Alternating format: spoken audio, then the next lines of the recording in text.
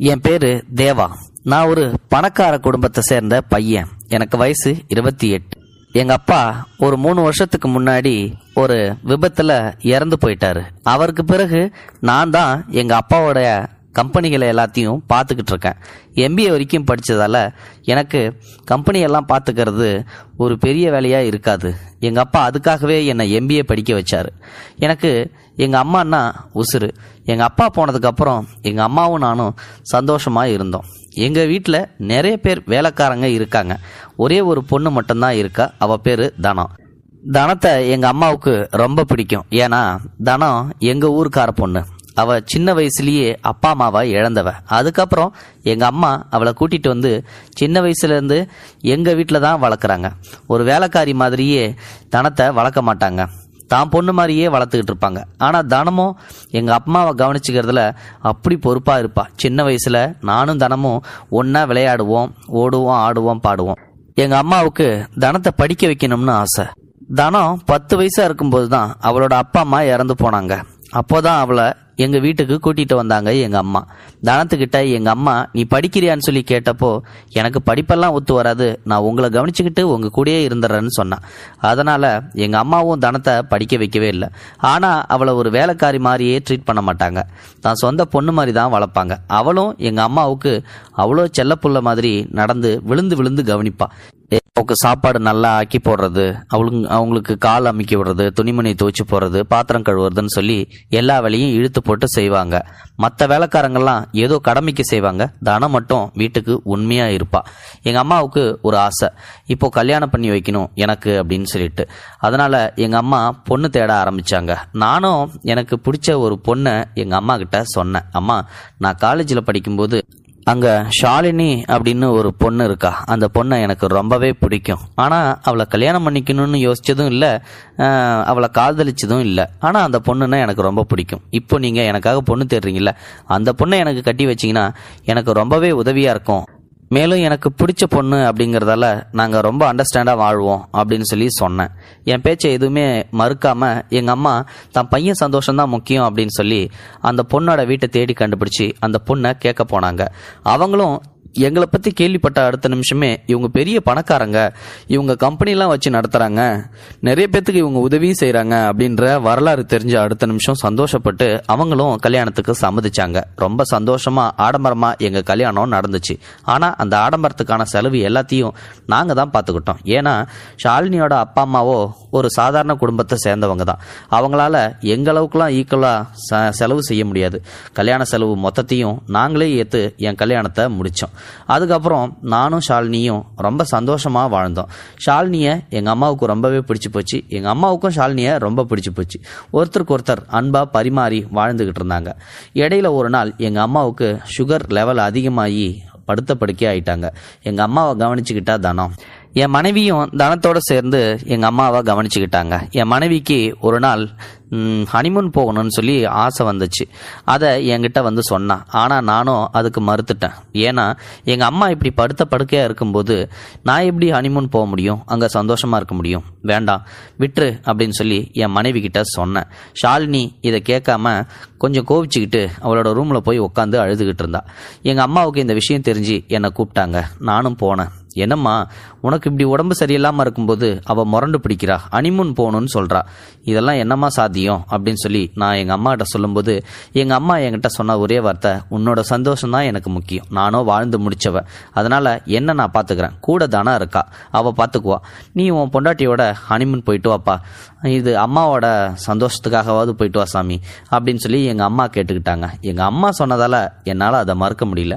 நானும் ஷாலினியும் நிறைய வெளிநாடுகளுக்கெல்லாம் போனோம். அங்கே சுற்றி பார்த்துட்டு ஹனிமூனையும் நல்லா என்ஜாய் பண்ணோம். அதோடு சேர்ந்து என் மனைவி ஷாலினி ஃபோனில் எப்போ பார்த்தாலும் நாங்கள் வந்த இடத்த ஃபோட்டோ பிடிச்சி ஃபேஸ்புக், இன்ஸ்டாகிராம், வாட்ஸ்அப்னு சொல்லிட்டு எங்கெங்கேயோ பதிவிடுறது, அவங்களோட ஃப்ரெண்ட்ஸுக்கு எல்லாத்தையும் அனுப்பி விடுறது, நிறைய பேர்த்துக்கிட்ட ஃபோனில் சொல்கிறது, பேசுறது, இப்படி சிரித்து சந்தோஷமாக இருந்தா.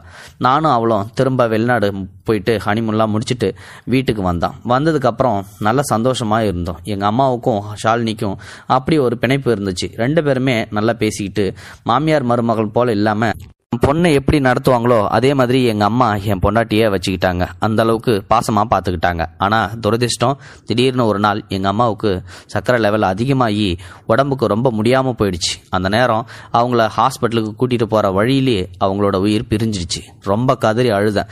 வேற என்ன பண்றது, தாங்க முடியாம அழுதேன். ஆனா அதை விட ரொம்ப அழுவருந்து தனம் தான்.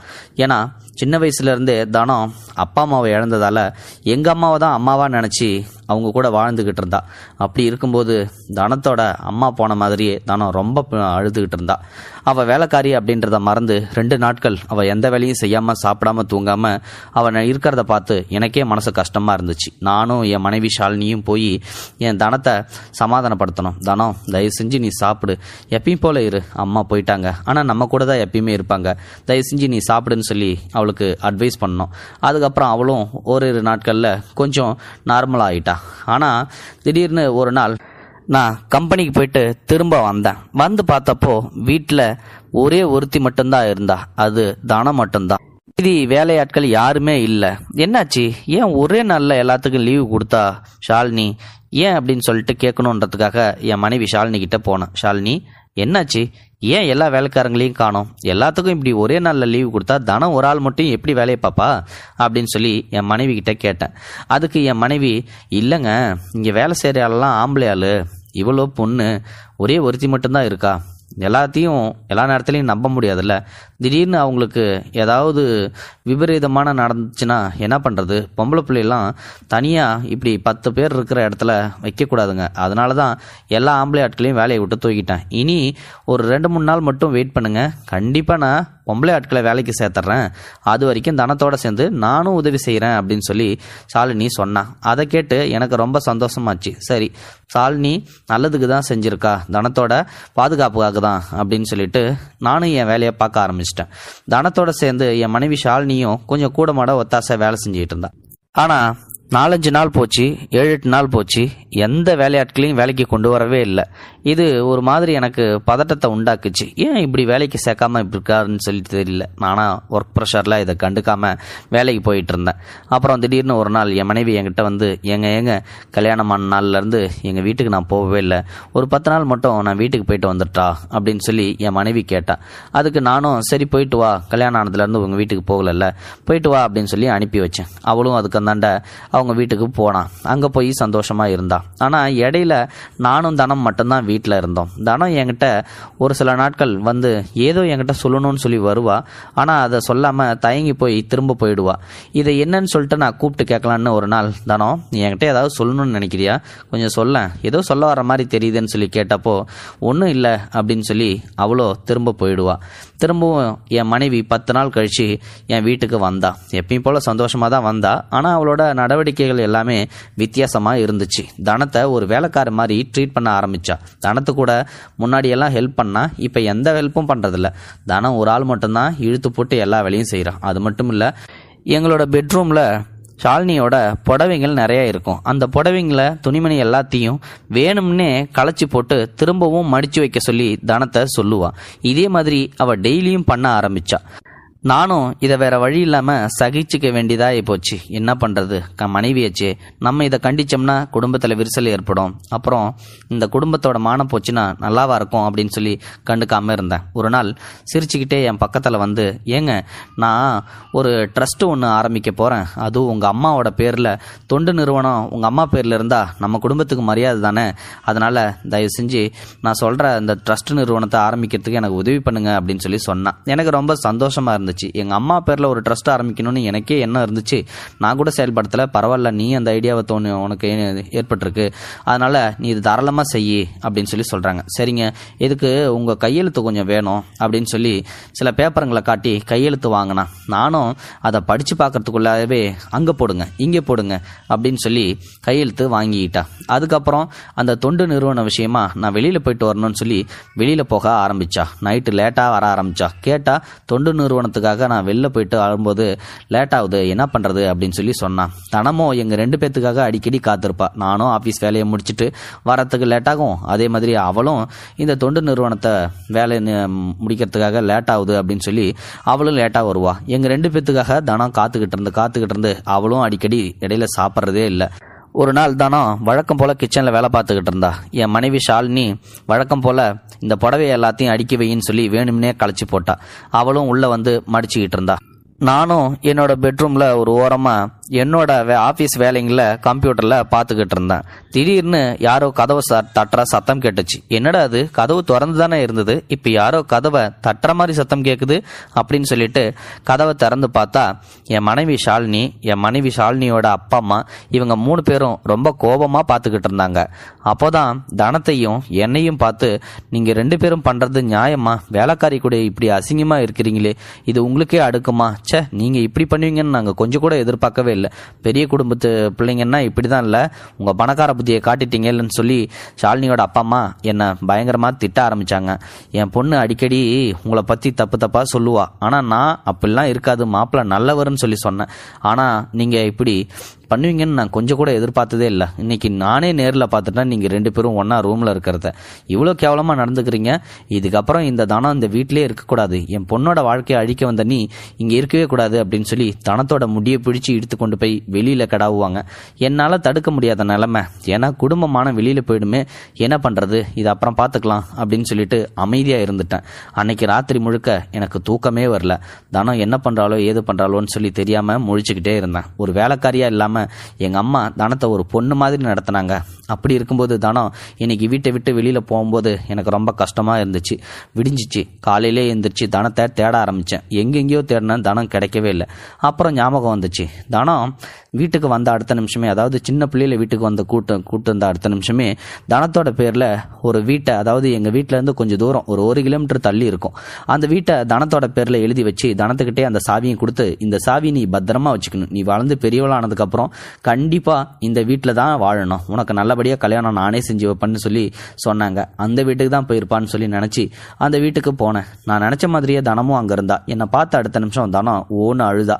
தனம் அழுவாத, எல்லாம் சரியாயிடும், நானும் இப்படி நினைக்கல, என் பொண்டாட்டி என்ன இப்படி பழி சுமத்துவான்னு நான் கொஞ்சம் கூட எதிர்பார்க்கல, என்னை மன்னிச்சிரு அவள் பண்ண தப்புக்காக அப்படின்னு சொல்லி மன்னிப்பு கேட்பேன். ஆனால் அவளோ தானே திடீர்னு நீங்கள் ஏன் மன்னிப்பு கேட்குறீங்க, தப்பு செஞ்சது எல்லாமே உங்கள் பொண்டாட்டி தான், இதுக்கு நீங்கள் மன்னிப்பு கேட்கணுன்ற அவசியமே இல்லை, நான் உங்ககிட்ட ஒரு விஷயம் அடிக்கடி சொல்ல வரணும்னு சொல்லி நினைப்பேன், ஆனால் திடீர்னு அதை சொல்ல தயங்கிக்கிட்டு வெளில வந்துடுவேன்.